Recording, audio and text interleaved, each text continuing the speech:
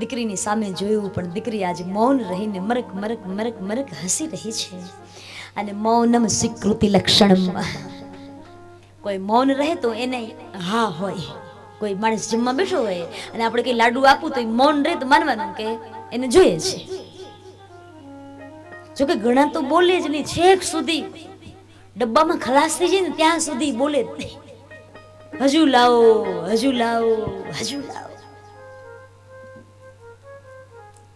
મૌન એટલે સામાન્ય રીતે કોઈ પણ વ્યક્તિ મૌન રહે તો એની હા હોય તો જ મૌન રહે, ને તો ના પાડી દે. તો મા ભગવતી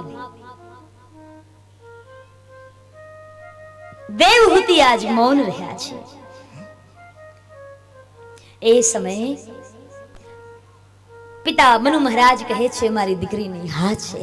તો કહે ઠીક છે, કાયદેસરના ત્યાં લગ્ન થયા છે. 4 મંગલ ફેરા ફર્યા અને પછી તો મનુ મહારાજ અને દેવી શત્રુપાએ ત્યાંથી વિદાય લીધી. અહીંયા રોજ રોજ કરદમ અને ભગવતી દેવહૂતિનું ગ્રહસ્થ જીવન શોભી રહ્યો છે. નિત્ય નવો સત્સંગ, નિત્ય નવી વાત, નિત્ય નવી જિંદગી. એક વાર કરદમ ઋષિ સમાધિમાં બેસી ગયા અને વર્ષો વીતી ગયા, પણ છતાંય સતીએ પોતાની પતિ પરાયણતા નથી છોડી. ઘણા બધા સમય વીત્યા પછી એક દિવસ જ્યારે કરદમ જાગ્યા અને સામે જુએ ને કહે દેવી કોણ છો આપ? મહારાજ આપે મને ઓળખી નહીં, હું આપની દેવહૂતિ છું. ઓ દેવહૂતિ, મને માફ કરજો દેવી, હું સંસારનું આપને કોઈ સુખ ન આપી શક્યો, મને માફ કરજો. નહીં નહીં મહારાજ, હું બહુ ભાગ્યશાળી છું કે આપના જેવો પતિ મને મળ્યો છે.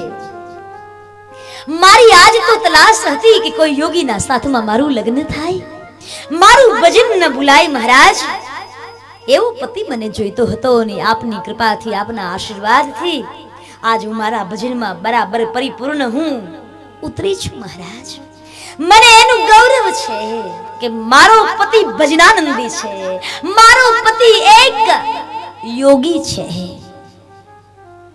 અને પછી તો પોતાના તપના પ્રતાપે અપ્સરાઓને બોલાવીને અપ્સરાઓ દ્વારા જે મહારાજની આંખો ખુલીને એમાંથી બિંદુ સરોવર, આંખમાંથી જે બિંદુ પડ્યું ને એમાંથી જે બિંદુ સરોવર, એ બિંદુ સરોવરના અંદર સ્નાન કરાવ્યું. બિંદુ સરોવરમાં સ્નાન કરતા ભગવતી આજ જે હતા એનાથી પણ વિશેષ તેજસ્વી, વિશેષ નવી યુવાની લઈને બહાર આવ્યા. જે ભજન કરે ને એની ઉંમર ન દેખાય, જે સંસારના વિષય ભોગમાં પોતાનું શરીર ગરકાવ કરી દે જલ્દી એને બુઢાપું આવી જાય. મીરાની ઉંમર ન દેખાય, ગાર્ગીની ઉંમર ન દેખાય, નરસિંહની ઉંમર ન દેખાય, ભજન કરે એની ઉંમર ન દેખાય. ભજનની તાકાત છે. અને એ સમયે ભગવતી આજ સામે આવીને ઉભા રહ્યા. કરદમ અને દેવહૂતિનું દિવ્ય મિલન થતા પ્રથમ પહેલા 9 કન્યાઓ પ્રગટ થઈ છે. જુઓ, જીવનમાં પ્રથમ પહેલા 9 કન્યા, 9 દા ભક્તિ પ્રગટ થાય, પછી જ અંદરથી ભગવાન પ્રગટ થાય. ભક્તિ જોઈએ. રામચરિતમાનસમાં 9 દા ભક્તિની વાત કરી છે ને. પ્રથમ ભક્તિ સંતન કર સંગા, દૂસરી રતિમમ કથા પ્રસંગા, गुरुपद पंकज सेवा, तीसरी भक्ति अमान, चौथी भक्ति मम गुण गन करई कपट जिगान, मंत्र जाप मम दृढ़ विश्वासा, पंचम भजन सो वेद प्रकाशा, छठतम सिल विदति बहुकर्मा, निरत निरंतर सज्जन धर्मा, सातम मोही मय जग देखा, मोते संत अधिक करी लेखा, आठव जथा लाभ संतोषा, न सपने ही नहीं देखई पर दोषा, नवम सरल सब सन छल हीना, मम भरोस ही हर्ष न दीना, नवम हु एक जिनके होई, नारी पुरुष सचराचर कोई, सोई अतिशय प्रिय भामिनी मोरिन, सकल प्रकार भक्ति दृढ़ तोरे. શબરીના સામે ભગવાન રામ આ બોલ્યા છે.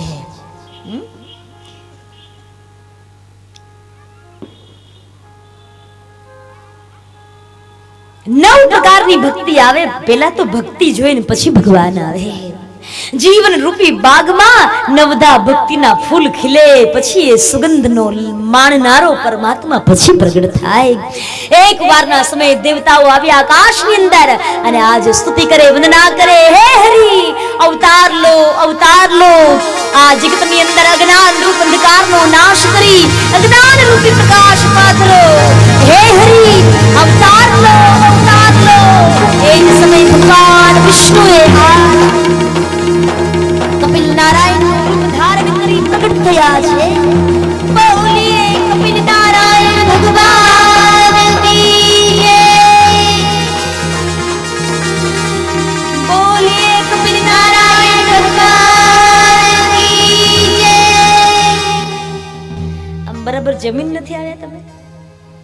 હે મને અવાજ કેમ કદાચ મારા કાનમાં કદાચ કંઈક મિસ્ટેક હોય હે આ તો લાઈટ હતી ને તરે ઓલી કદાચ આ ભાનુબેને કંઈક ખવડાવ્યું કાને કોળિયો ગયો હોય અંદર બરાબર ફસાઈ ગયો તો ન સંભળાય એવું કંઈ નથી હો ખબર નહીં તમને લોકોને સંભળાય છે આ લોકો કંઈ બોલે છે તો તમને કંઈ મિસ્ટેક હોય એવું તો મને હોય તો એકલા ને હોય ને તો એનો મતલબ આના અવાજમાં જ કંઈક મિસ્ટેક છે આગળથી બધા બોલે પણ પાછળથી હરામ છે કોઈનો જો અવાજ આવે તો એટલે આમ ઊંઘી નથી ગયા ને તમે બોલજો ને તો ઘરે ગયા પછી તો વારો છે જ બોલીએ કપિલ નારાયણ ભગવાન કી બાપુનગર વાહ ભાઈ વાહ ફરી વાર ચાન્સ આપું ઓ વાહ આપો ને આપો તમ તારે બોલીએ કપિલ નારાયણ ભગવાન કી કબાટ માંગલી આવી ગઈ ને બીજે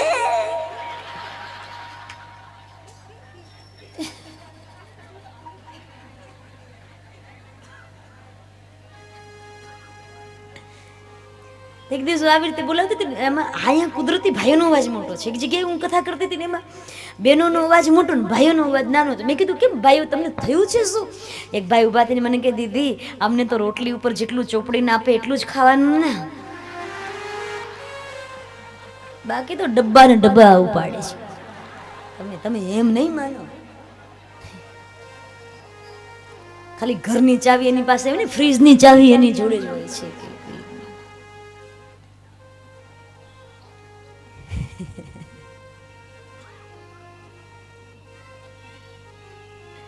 जोरदार जय जयकार से बताइए बोलिए कपिल नारायण भगवान की जय बोलिए कपिल नारायण भगवान की जय હવે બરાબર हम જાગતા રહેજો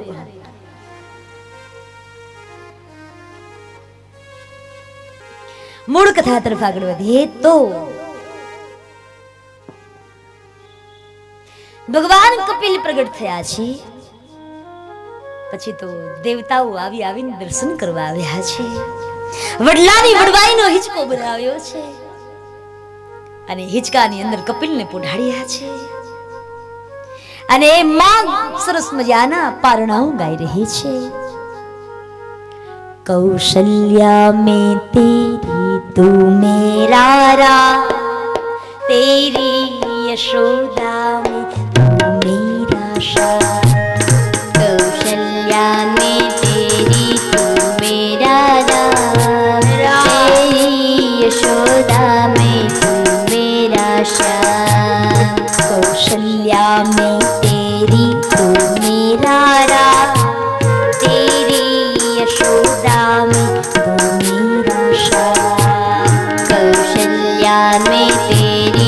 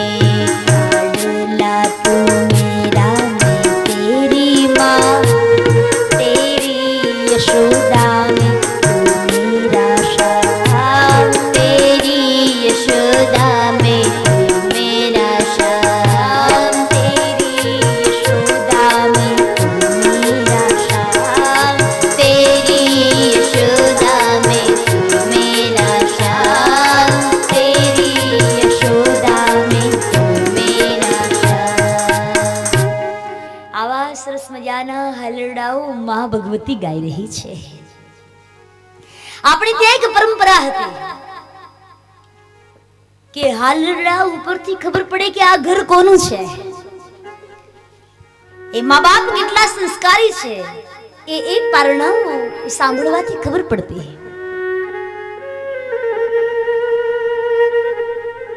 એ માં ભગવતી જીજાબાઈ શિવાજીને એમ કહે, વીરતા ધીરતા સુરવીરતાના પાઠ પારણામાં શીખો. અરે પારણાની ક્યાં વાત કરો છો? મેઘાણી તો કહે ના, પેટમાં સંભળાવતી એ પેટમાં પોઢી પેટમાં પોઢી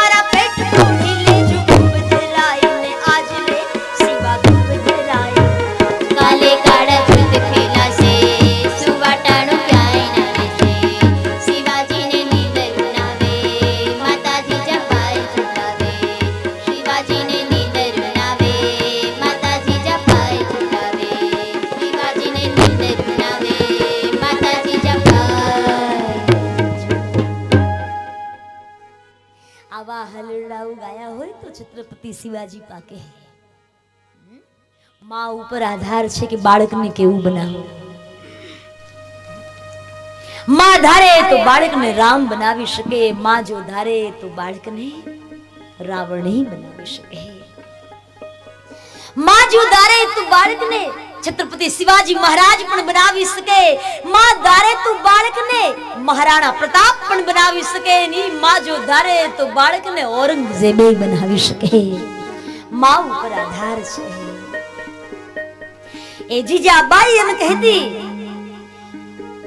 પડકાર કરતી પુત્ર ને કે તું મર જે અમર મેદાન માં અમ દેશ ની આર્ય રમણી આ તો અમર છે ઇતિહાસ. માં ઉપર આધાર છે. માં જેવો આકાર બનાવવા ચાહે એવો આકાર બની શકે.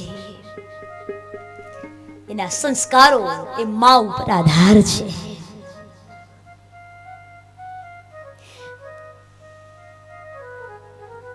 માં ધારે તો પોતાના બાળકને સંસ્કારો આપીને આ સંસ્કૃતિ માટે કંઈક કરી છૂટવા માટે એને પ્રેરણા પણ આપે, અને માં જો ધારે તો એને પતનના માર્ગે પણ લઈ જાય. માં ઉપર આધાર છે. જગતની નારીને એટલા માટે જ તો માં કહે છે માં. અને એ માત્ર ને માત્ર